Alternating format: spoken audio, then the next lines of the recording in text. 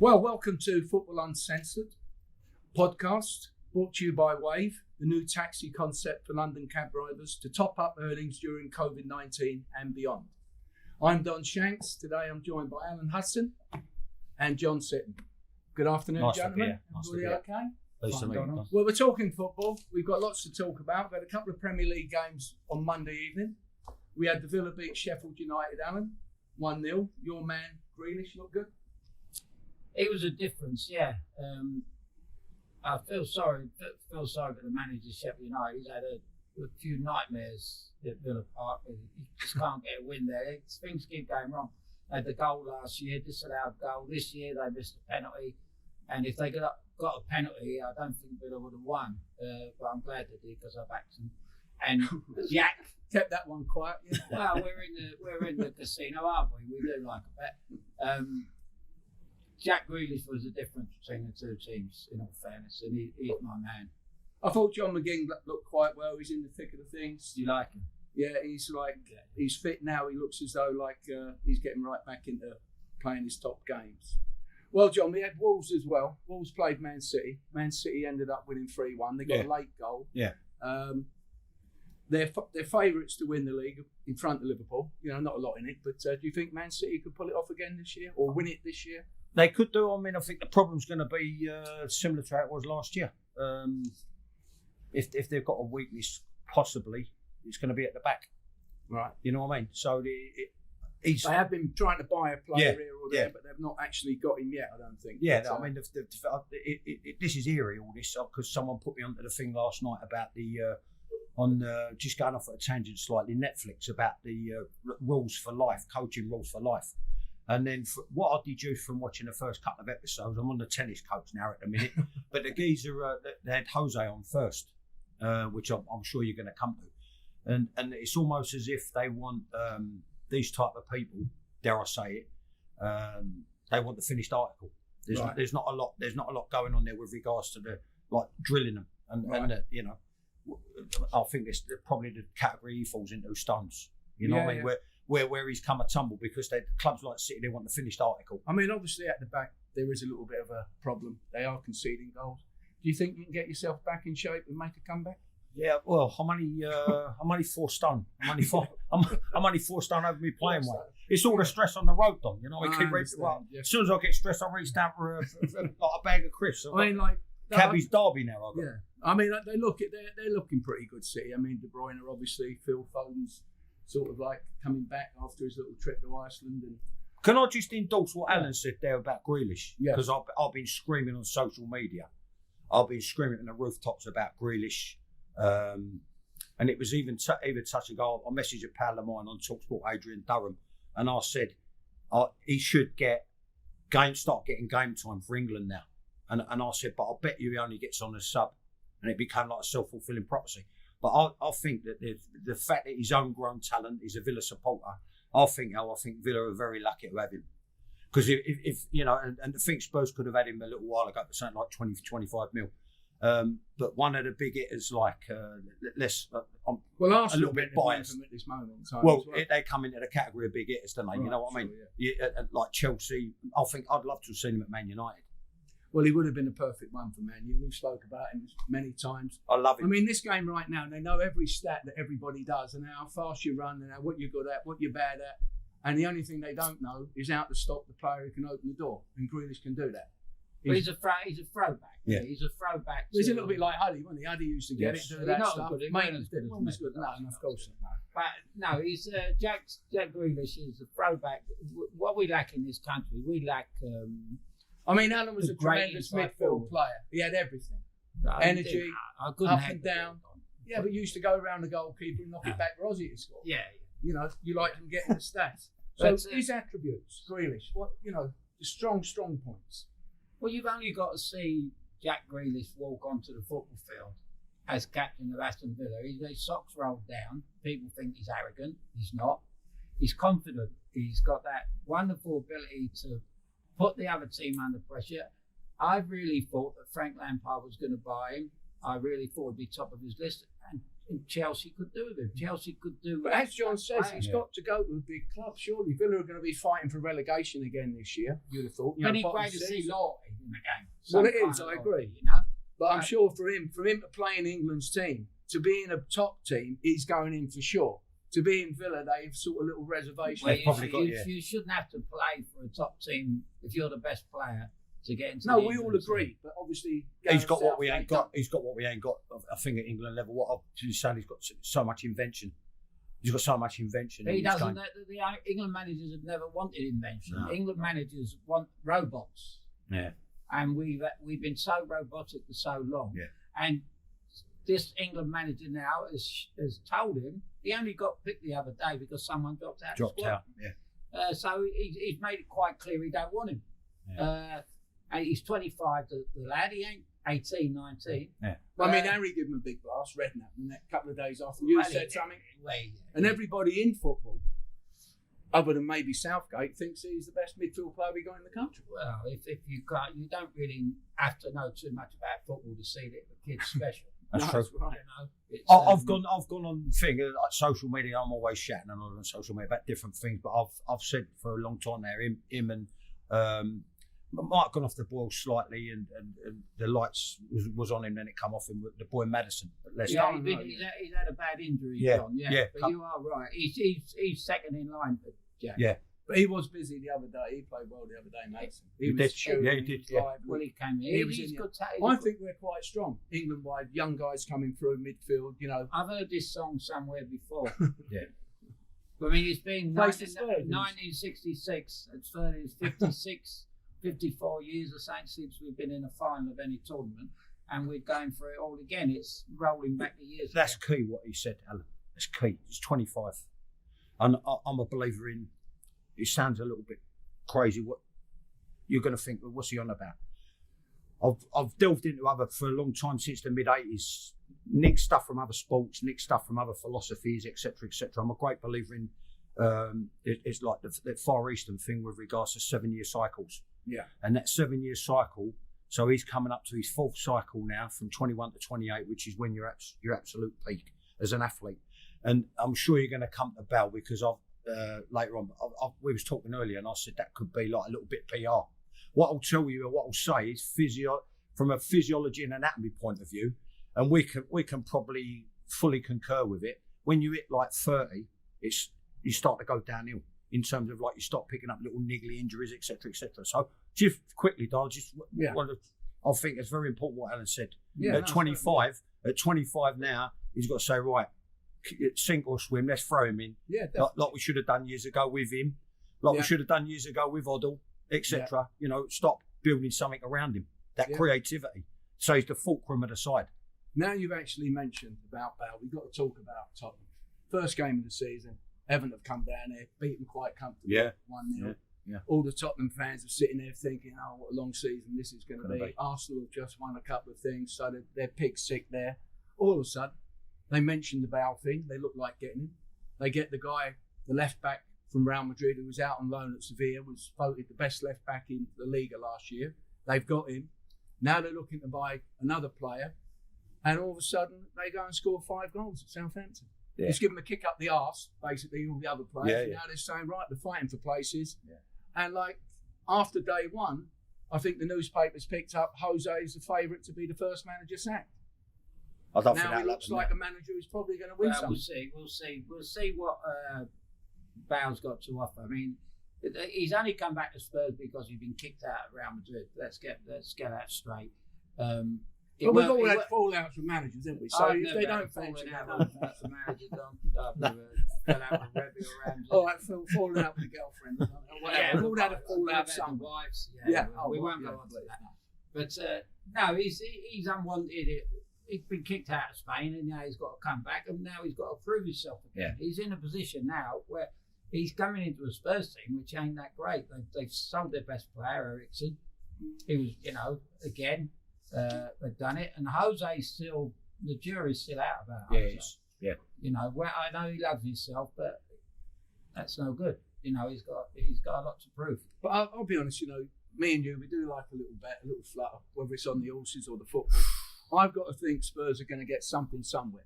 And it might be this cup they're in at the moment, where all of a sudden they've scrambled in the other day, they've won. And now if you think about it, you're a defender, I'm a defender. Yeah.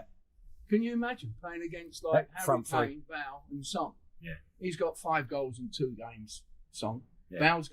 Kane has got his couple. And you've got to think that when Bale is fit, which he should be in a couple of weeks, he's going to be coming out there to really prove something. Whether he can do it or not, I don't know. Would you rate them as good as the Liverpool front three? I don't think so. Well, Harry Kane's won the Golden Boot. Yeah. You've got like Gareth Bale has probably done everything that's possible. Song, to me, he looks better than anybody at the moment. So I would say that 3, they're right up there with Mane. You like Salah. the takeaway, don't you? I'll be honest. I thought for a while that the shape of the side's been hasn't suited the players. So adding Bale, it might change the formation a little bit, slightly. You know what I mean? Me personally. Well, they're not going to get slaughtered down the wings because Bale does track back. He's got a big engine. He's there. He's up the front. He's up the back. He does it both ends. He's not just going to be standing watching someone. Harry's utilised, isn't it? It's going to depend. And I think Harry Kane. I think when they made him captain of England, the one downfall was that being captain of England didn't actually help him. No. Because he started dropping back further, trying to help people out where he should have just stayed up and said, "Get the ball to me, and I'll do the rest." Yeah. I'm quite friendly with his mum and dad, and know him quite well. And we got a lot of the families are intertwined to lot via third party, shall we say? And I said that to his dad, his mum and dad, like they've tight knit firm. And I actually said that to his dad. And funny enough, when he got the 4 the other day, Son, you notice Harry was coming deeper and deeper and deeper. I know he's laid the goal on. He's got like mega assist, hasn't he? But really and truly, it's part of his game, but it's not the be all and end all. What I'd like to see him stay higher, and then let's get the supply in, because he's going to thrive on the supply crosses coming in. But I think with them players they've got now, all of a sudden he will have that little bit more of a luxury. More of a dimension, to say, I'm a striker, I'm up the top, I'll get goals. And obviously when he gets loose, he can... Yeah, once he gets on a roll, he's one of the governors, finishing once. So England now, let's talk about England. Let's talk about Southgate. Let's talk about our young guys coming through. We spoke about Grealish, we all agree with him. Madison, we like. Greenwood, Foden. Yeah. Have we forgave them for their little... I thought he handled it well, Southgate. If I'm honest, I know I'll dismiss him slightly as like he's one of them. I've said all along, right, and some of the people in this room might sympathise with it. I think it's prejudice against Cockney accent. They think we're all out of Buster. Do you know what I mean? And we've got a flower store outside Waterloo. It's the most persecuted regional accent in the country, right? He's got a safe suburban accent, but I will say to him, Mr. Southgate, he's handled it very well. He handled it very, and he's like, now they've drawn a line under it, and it's up to them now, like he said, they've got to play and earn their way back into his trust. He said one way or the other when you watch his interview, he said one way or the other they were going home, whether it was for the COVID thing, or whether it was for getting caught with the he handled it better than I would have done. Let me tell you, young ladies, they were 2 crackers though, weren't they? To be fair. So I can't possibly promise. 2 crackers other than that. How could you swerve that? Yeah, you've got to let the girls in the room. So last week, anyway. Absolutely. Get them out the window. Yeah. Last week. Tricks of the trade coming out here. Last week, John. 44 goals. The biggest ever in the Premier League. Yeah. Out of 10 matches, was 44 goals. No one. Is it good play? No, bad no one. defending? No one. I've got him right on him now. No one likes a smart ass, Don. Sorry. Excuse me. No one likes a smart, and I'm sorry to say I told you so.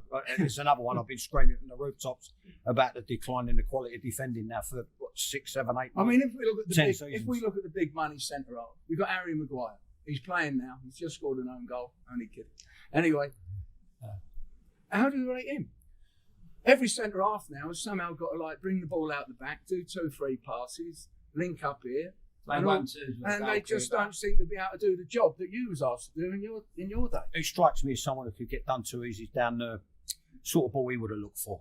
A little one. Well, you imagine Vardy round the corner or a little one down the side of the box. He'd get done too easy. So how much was he, Maguire? 85. 85. Then he had John Stones, 50 mil.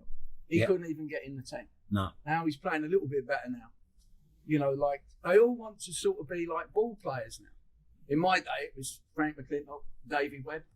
I could never imagine Webby coming out the back with the ball, but I know one thing, when the ball come in the area, he headed it out. I think I said it on a thing last week. right?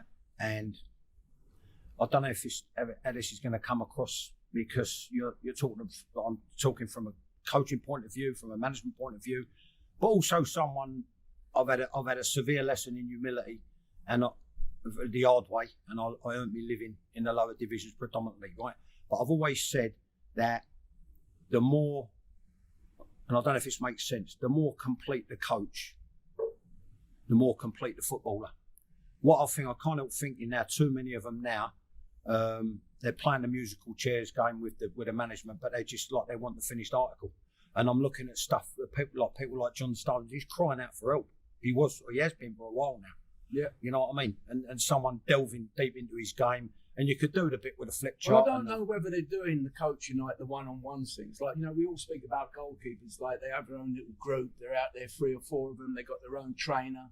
Now, when you get a centre half, it's like, well, hold on a minute. What do you want the centre half to do? Do you want him to head the ball out? Do you want him to get it under control? Do you want him to build attacks?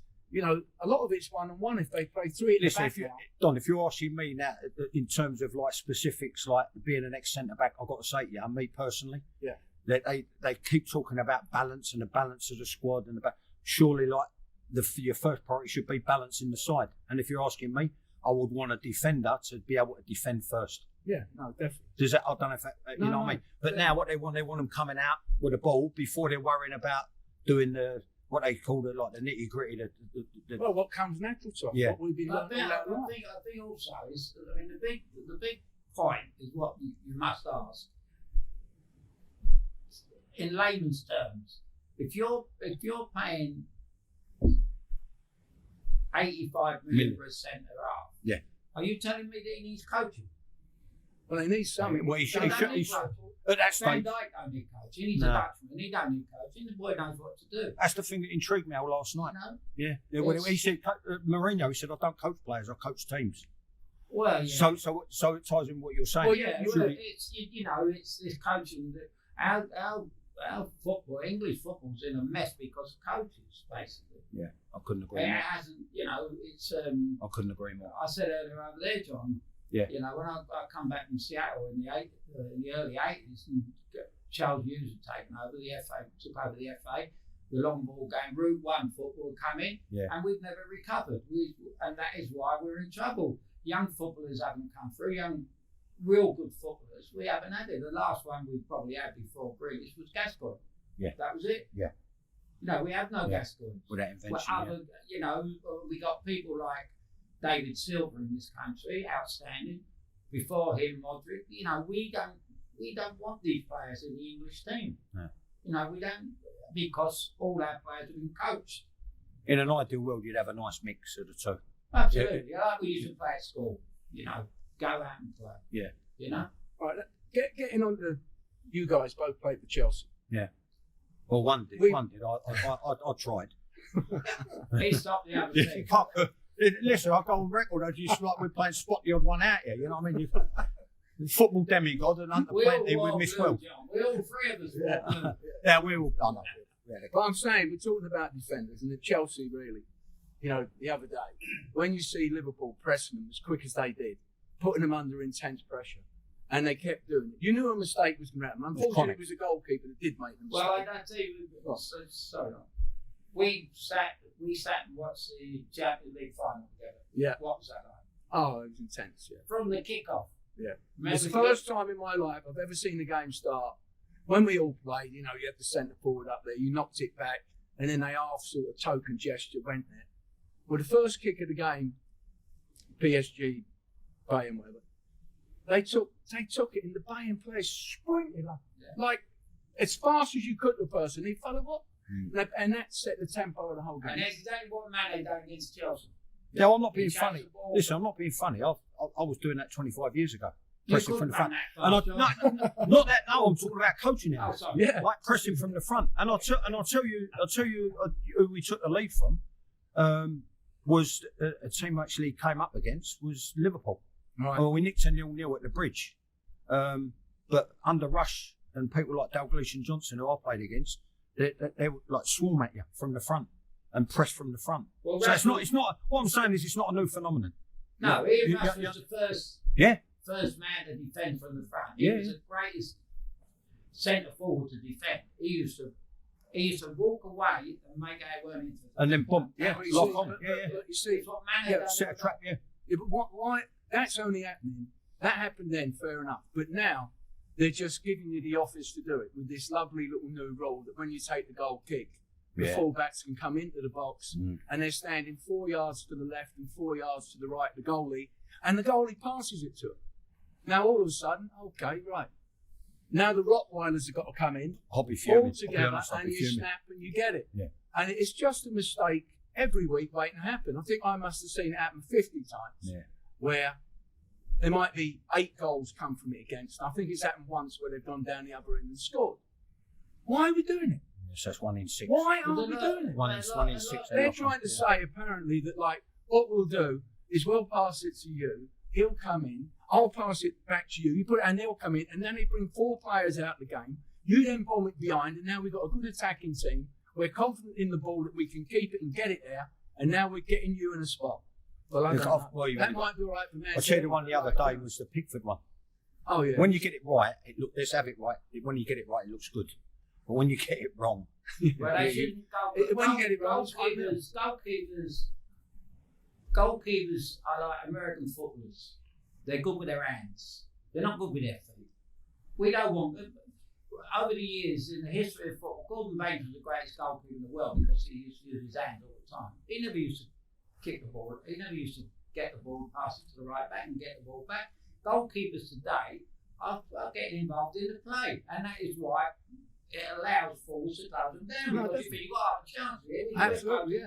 If you do it as a team. Goalkeepers are notoriously thick. You wouldn't be a goalie otherwise, would you? How could you go in there and get balls back? This is where the contradiction comes up. Yes. You know what I mean? With regards to I saw a session, must have been 26, 27 years ago at the Arsenal London Coaches Association, which used to be it was good. It was blinding, to be fair. It was all the teams in London, coaches in London used to get together at the Arsenal, and then once a month someone would put a session on. So O'Leary done a thing about George's thing, which he nicked up at Terry Venables, which he coined in Barcelona. But this particular one was John Cartwright, and he titled the session "The Keeper, the Deeper Sweeper," and I saw that session all those years ago. So again, it's not a new phenomenon. What I will say is, what you shouldn't do is invite pressure, right? That's the first thing. The second thing is we'll know from an era where you basically it's about territory and what they used to say, earning the right to play. I think if you invite pressure and it comes, you come unstuck like Pickford did the other day. It gets, put it this way, it's more damaging. I think I think one of the things is obviously now every time you watch a football game, it's like the first day of the season. The pitches look like Wembley. It's beautiful. In our day, Alan could show you a tape when he played at Stoke. You'd have thought you can't play football on this. It was unbelievable. Yeah, so if you want to, we wouldn't have even tried to do the little passing there. Even if you were actually allowed to do it, it would have been a no-go. It would have been an impossibility. With the fields now, the balls are slightly a little bit lighter, go a bit quicker. All of a sudden, you might get away with it. But as John said, why would you want to invite them in when, like, one rick at any point, a little bit of miscontrol, something, push it in the middle, and the fella just gets in there quick, and you're a goal down? I can't see the logic in it. Pep Guardiola's brought it over it. Arteta is doing it at Arsenal now. Other teams are trying to do it. And I can't work out the other coaches, how they haven't worked out how to stop this. Because you're talking about the pressing. I know the pressing. Yeah. We all train in the mornings, 5 on 4, 1 man down, get close, stop them playing, nick the ball, attack quickly, and it's a walkover. It's the easiest day at the office anyone could ever have if someone wants to do that. I can assure you, if I was playing up front and they'd done that little ball, I'd be in there like a rocket. Yeah. All right, I wouldn't get it. No, you won't get it. Play round. But you'd get it. It's football people. You talk about coaching, you talk about systems, you talk about everything else. Football is a very simple game, complicated by idiots in this country. And football is all about giving the ball to your best players. If your best players have the ball, then you've got more chance of winning. Yeah. It's just so simple. And one of your best players is certainly not a goalkeeper. That's fair comment. You keep the ball away from your goalkeeper. Yeah. We mentioned when we was away, you mentioned Phil Parks wouldn't be able to play with his feet. Peter Shilton, every goalkeeper I played with in my career would not be able to constantly pass the ball. Tony, you never seen Panetti try to do that. Panetti would pick the ball up, he'd get the ball, and then he'd throw it out. Schmeichel was probably the best goalie over the last. He'd have to. Catty would have to. I remember a round between Catty and Mickey Droy because he couldn't reach the halfway line, Peter, with his kick. Well, he couldn't see over Mickey's head. Mickey said, just throw it. So let's hypothetically say, like, if Brighton get beat today, and they play Man United, there's a goal there. No, just missed it. If they play Man United again in the cup midweek, and their next home game after that is Tottenham, and then you got the international breaks. Let's say they lost all them 3 games, and they sacked Ole Gunnar Solskjaer. Would you be prepared, us 3, to take the job? What, the Man United job? Yeah, I think we could do it. I think we do a better job than what they're doing now. I really do, because, you know... I don't think there's much chance of us getting a job anywhere. No, it's not. We're out of work. We're out of work. Surely we get a job. No. It's all about It's only a credibility. small club, isn't it? It's all about credibility. Forget knowledge, it's about credibility. Yes, absolutely. We haven't really got a reputation For credibility. But I mean, but when you're like looking at games, right? This football game for me is quite easy, really. Yes. You get Grealish. The other player you buy is Traore. You got 2 players, different players, but do different things. That the end result is a result. Like Traore either crosses, Grealish gets his free kicks, does other stuff, and then you build your team around. Okay, so if someone can actually stop Traore, now you get another type player who's a little bit tricky. You bring him on. You've got 5 subs on the bench. You know the manager now. He can bring on, bring off, and you know you've got to look at people who can make something happen. I mean, Bobby Charlton, when he was there, how many goals did he score from outside the box? He used to come roaring through, score. I might see Firmino or something. Liverpool score one. You don't see too many. You know, so I just think they've got like Man City can buy anybody, so they sort of juggle around like the sort of Mahrez. They get like whoever they want, who can do different type of things. You know. Earlier on you're talking about Chelsea, right? I saw a thing, when they, with the Liverpool game, I looked at that and I thought to myself, as an ex-centre-back, and with one of them, it was actually the full-back as well, where he's gone in tight and then the guy's laid the ball off and then instead of following the runner, he's followed the ball, which has brought him half a yard. They've played the give and go. So there's your first starter for 10, like in terms of like an easily remedied error on the training field. And then the little dink, what we call a dink, and then you look at Mane's movement and another cardinal error, cardinal sin, he's got across the fullback who's just recently signed a new contract. I've forgotten the kid's name with the dreadlocks. Right. He's got across. And when you look at the back page photo, the gap was absolutely abhorrent between Mane, as he's actually made contact, it's on its way into the net, between Mane and the fullback where he's picked up across the board. So you're looking at we're talking about Premier League level now, right? You're talking about 2 very, very fundamental errors that could be easily remedied on a couple of drills on the coaching field, right? So the point being, if you look at that, the problems there that they've got, he's addressed certain areas of the field going forward, but he still hasn't addressed the problems at the back, Frank, for me. Well, I think for them to be making a challenge, because you're talking about Villa, I don't think Villa will have anywhere near a problem this year in terms of flirting with relegation like they did last year. There's no doubt Fulham and West Brom at this moment in time. You have to say they look like they're doomed. I'm going to throw West Ham in. Yeah. I'm going to throw West Ham in, and I'm going to throw Southampton in. I think three from them 4. Southampton played all the games the other day. I mean, they proved it again the other day. They were superb away last year, and they started off. They can't play at home. But I mean, the relegation's going to be the same as it is every other year. We had a thing this year. We said it's going to be finished. Well, we thought Brighton to get out of it. They always go to the last game of the season. I felt Watford to get out of it. Obviously, they did. How can they beat Liverpool 3-0 and get relegated? What's going on here? I mean, they sacked the manager before a game to go or 2 games to go. It didn't make sense. Ridiculous. West Ham game, it just don't work. I mean, West Ham got out of jail. I don't think they'll get out of jail this time, personally. There's nothing wrong with a little bit of every now and again old school, like the rumour mill. They parted company with him after the West Ham game when he tore into a few, Pearson. Right. So you've got the modern train of thought, the modern thinking, the modern methods, and blah blah blah. But every now and again, we're all the same. We need a little reminder. We need a little rocket. And I think what he done, he tore into one or two, said certain things weren't acceptable. They got a good idea at West Ham, and then they parted company with him straight after, which didn't make sense with the couple of game running.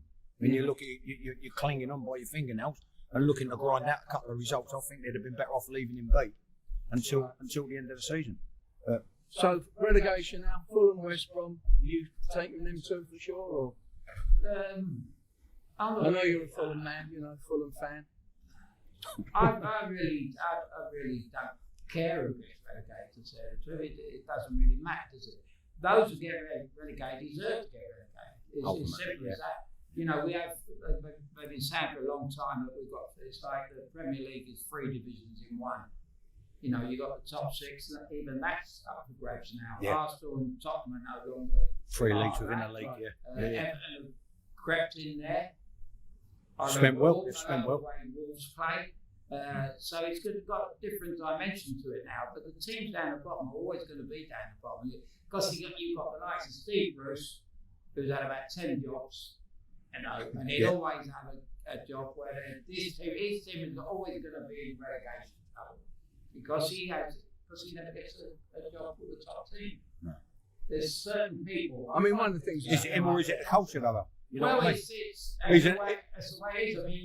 If he was Alex Ferguson is the best manager in the history of our game, and he's had Mark Hughes, he's had Steve Bruce, he's had the geezer there now, Ollie. He's had about 6 players under him. Ryan Giggs. Why haven't any of them come through under his? If you can't learn the game under Alex Ferguson, then you have to learn it under anyone, because Scottish managers are the best as well. They give nothing away. You're Scottish, don't you? I'm in London. But we're all Londoners here. These managers, they just go from club to club to club to club, and they used to call players German, but managers are German now because they get a sack. Yeah. It's a magic roundabout. Football's the only game in the world where you get paid a massive amount of money for being a failure. Rewarded for failure, Reward for failure culture, Well, let's talk about the Carabao Cup. The last 16, we've got some incredible games. We've got Liverpool, Arsenal. They play in the league. They took the liberty with my old firm, I've got to tell you. They took the liberty. One of my old clubs here. How have they done that, the Orient? Apparently there is a rule in the thing that if indeed your team tests COVID, you actually have to forfeit the game, apparently, whether that is fact or not. That's what I heard yesterday. Brighton are winning 1-0. Here you go, the Seagulls have gone to the front. My old team, by the way. 4-1 that. So get on Solskjaer to get sacked now, because they play again on Tuesday. Then they got Tottenham home, he's 16-1 on Betfair right now. He don't like Ollie, does he? And he don't like Ollie. What's he done? Well, no, Ollie's all right, but at the end of the day, I don't think United are going anywhere at the moment. And running on the spot. Brighton is one of my old teams, so we'll go there. But the Carabao Cup, I'm going to have a little bet on Brighton at 50-1. They play again. If it don't come off, I'll give him his pound back. Yeah. Well, it'll be a bit more than that, but I think it's possibly got some great games. Liverpool, Arsenal, Tottenham, Chelsea. I looked at the betting on Tottenham, Chelsea this morning. Tottenham 2-1, Chelsea 5-4 at Tottenham. Now I can't work that betting now. How do they make Chelsea favourites? Well, it's a false favourite. You know the coup. You know the coup with bookies. Sometimes they're throwing a false favourite. Well, I think if he, especially if he gets in the side, Bale, if he starts in the side, I think they'll beat him. I think he's a couple of weeks away, isn't he, Bale? Let's give everyone a little forecast of the bet. Man City are favourites for everything. The Carabao Cup, they're favourites for the league. Chelsea, they're third favourites. I'm going for a long shot. Brighton for that Carabao Cup at 50-1. I'm with a couple of quid on that. Who do you think for the league, Al? You think City or Liverpool? Is there any other runners? No, I think Chelsea. I thought, along with you, I thought Chelsea. But I think Frank's not impressed me the first couple of games. He's Pulisic's not playing. I think he kind of put everything in its rightful perspective. Liverpool looks with men and boys. Reality check, wasn't it? Yeah, especially at the bridge. Yeah. All right, Chelsea, the problem Frank has, and the hat was, when he took the job, he had that wonderful excuse that he couldn't buy any players, so he couldn't get a sack. But he's done well. He got in the fourth. If they beat Arsenal in the final of the other cup, it would have been a fantastic season for him. But now he's got an excuse that all these players are not fit, and he's got time till they got gel. And all that's pure excuse for me. It's just an excuse about players. But they're going to come forward in players, aren't they? Werner, Ziyech, they're good players. The fella got a hat-trick the other day, all right, whoever it was against, who they played the other day, Barnsley. You know, they won 6-0. They can only come forward. You've got Silva coming in the back. You've got Chilwell going to be fit. They both had 45 minutes the other day. I think Chelsea can only, it's only a couple of games gone, but like, you know, I thought before, as when we were away, I thought, well, Chelsea have got to be the dark horses to sneak through and be something. On paper, you know, and I could. I'm going to go the polar opposite. I'm going to say 5th or 6th, no cups.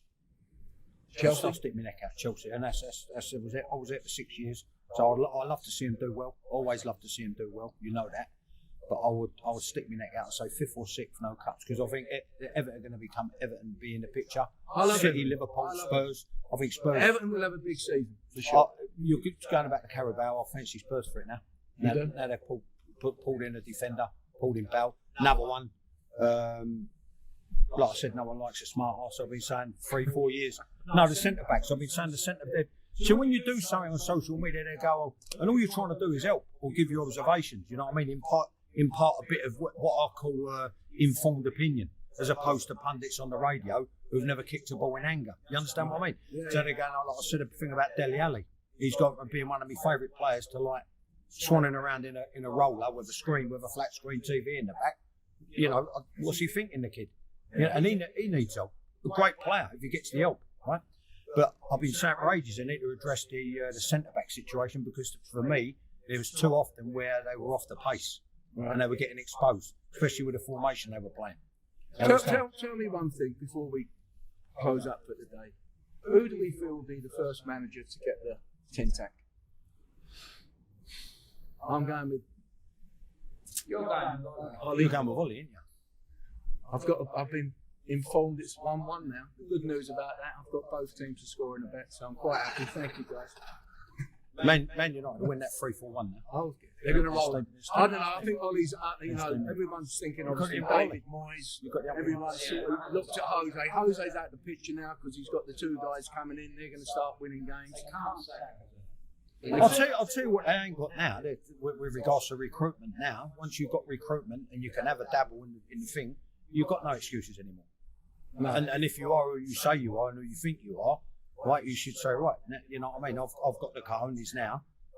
We're going to win something. We'll do something. You understand? It definitely does seem about who's got the money wins. Yeah, I mean, if you held a gun to the head, I'd say they'll be looking for someone to blame over in the East End. So I'd say Moyes. Because I've sack him again. How bad that's going to be? If you keep getting weighed on now, absolutely. You know, again, he had a chance of a lifetime at Manchester United and he blew it. He didn't listen to Ferguson. He got the sack there, and he's got the sack ever since. He should have stayed at Everton, the man. You know. So do we think that Burnley guy, Sean Dyche, should get a good job somewhere? Sean Dyche. They've got no players there. They're playing youth kids. They've got 3 players who are injured. I said about 2 years ago, I'd like to see if he can go in and put his foot down, right? Because this is off the record, but on the record. The manager supposedly, allegedly, doesn't have final say on who signed them. Right? I think someone else does. Maybe for £1 million for somebody. If Dyche can go in and put his foot down and say, and this is what I was talking earlier about with the Bale thing, football people should be left alone to make football decisions. And if Sean Dyche can go in and put his foot down and say, I'll run the gaff from top to bottom, I want no interference, I'd love to see him at West Ham. Buy who I want. Buy who I want, sell who I want, etc., etc. Create a culture within the club, leave him be, let him do the job, don't interfere, and I think they will crack on. wonderful. I think he thinks he is a West Ham. I'm not saying he With a claret. But he's, you've got to give it to him. He's done miracles. Unbelievable. Minor miracles. Yeah. I don't know how he's kept a lot of managers there. And they've been playing decent stuff as well. Yeah, they're decent. I mean, your son Anthony coaches USA under-21 team. He had the New Zealand boy up front with it. Yeah, he was up When he- front, yeah, he's decent. You know, they play, what they do is exactly what we've been talking about. They play to their strengths. Yeah. They don't. Well, Sheffield United and them are pretty similar in as much as put a bit of pressure on English managers. You've got a budget. There's another one. Chris Wilder's another one. He ain't had the credit for being for the very innovative formation, and they've only just exactly. And it's only the fact they started to realise it was turning over a few faces with regards to very innovative formation and style of play. And I think it's right that he gets commendation for it. Well, I'll tell you what, we've been talking for like 35, 40 minutes. So we want to talk about black cab drivers stuff. Alan has got family in it. I've got lots of friends. We've got a lot of footballers that are black cab drivers. A lot of ex-players. Like Terry Bullivan, Phil Nutt at QPR. Johnny Bumstead, Paul Roberts, Derek Richardson. Yeah, no, Trevor Locke just turned it in, retired to Kent. So we've got a lot of guys there. Obviously, things are going to get... Alan Dickens. This is what you've got to come to terms with, Al. This is what he's got to come to terms with. Right? He judges everyone by his own standards. We weren't all kissed on the forehead. You was kissed on the forehead when you was born. By God either kisses you on the forehead or he leaves you in the. I had the marking Monday with you. All the best. When's this going to stop? I heard you was out for 3 weeks. You twisted blood. It was out for 3 weeks. We twisted blood. People don't realise how good he was. I mean, he was unplayable. Unplayable. The best footballer I played against the cat was Mickey Adler. Yes. Yeah. One of the first. He was one of the first. Mickey. He's a good lad, Mickey. He used to live opposite me. He's a great lad. Great. He was one of the first to pass out after backing up playing. Yeah. So anyway, we're all trying to sort of help out a little bit. So if everyone needs a cab outside, there's loads of them on the ranks. Just jump in one as opposed to get, the train. I won't put the meter on until we get to Gloucester Road. So anyway, that's the end of the football talk. It's our debut. It is our debut. Hope you've all enjoyed it. We're gonna come back a little bit later and talk about the QPR game. We've got Middlesbrough today. We've got a few people we've got to sort of catch up with, as in Warnock, Grant Hall. They're coming back to the bush, and should be an interesting game for us. But from me, you can't beat a return to the bush. From me, Don Shanks, John Sitton, and Hudson, I'd like to say thank you for coming along and hope you enjoyed it. And we'll see you all in the near future. Stay safe and good luck, everybody. Pleasure. Cheers, Tom.